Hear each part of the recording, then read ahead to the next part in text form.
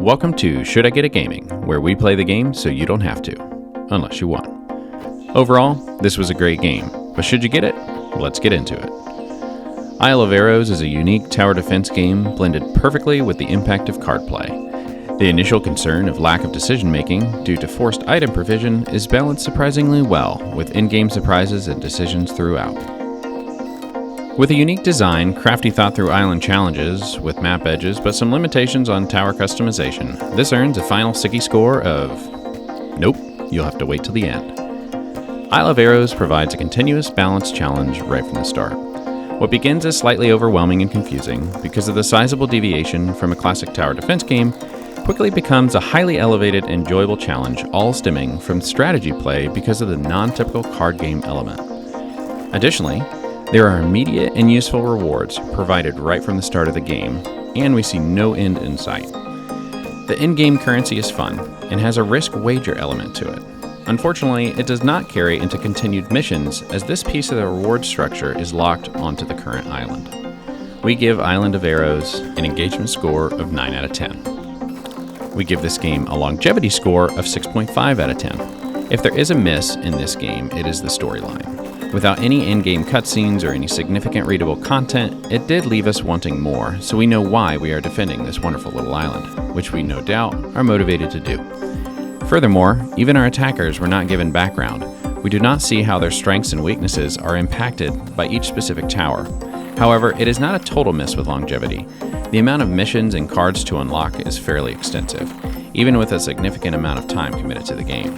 We most certainly will be playing this on our own time later.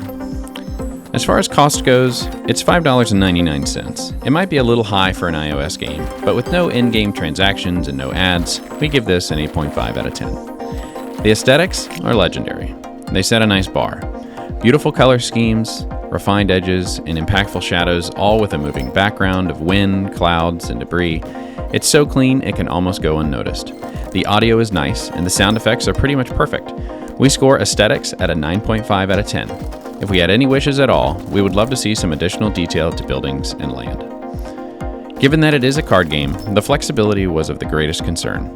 You do not get to choose your next card out of a list of options, so the tower defenses are at random.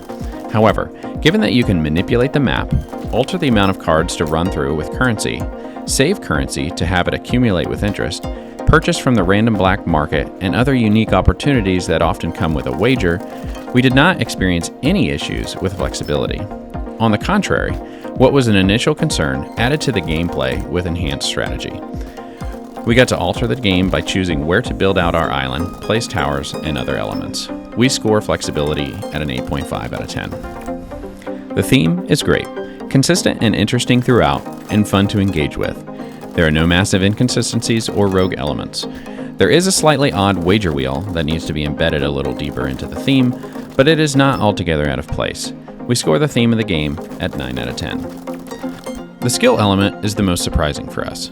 What could have been a very low skill required game was the exact opposite. The skill cap is fairly high given the amount of strategy required to not get overrun.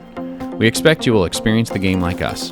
Develop a master plan in your head with how you will defend the island. Get handed a considerable amount of non-compliant cards for your master plan.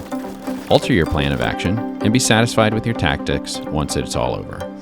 Every mission we learned more and understood how to get better with leveraging towers and harnessing monetary interest. This will bring us back to the game. We score the skill element at an 8.5 out of 10. With a final Siggy score of 8.5 out of 10, should you get it? If you have any interest at all in strategy games or tower defense, and you have the $6 to spend, we say absolutely yes. Green light this one. Do you have a game you'd like for us to review? Put it in the comments below. Please subscribe for our next video.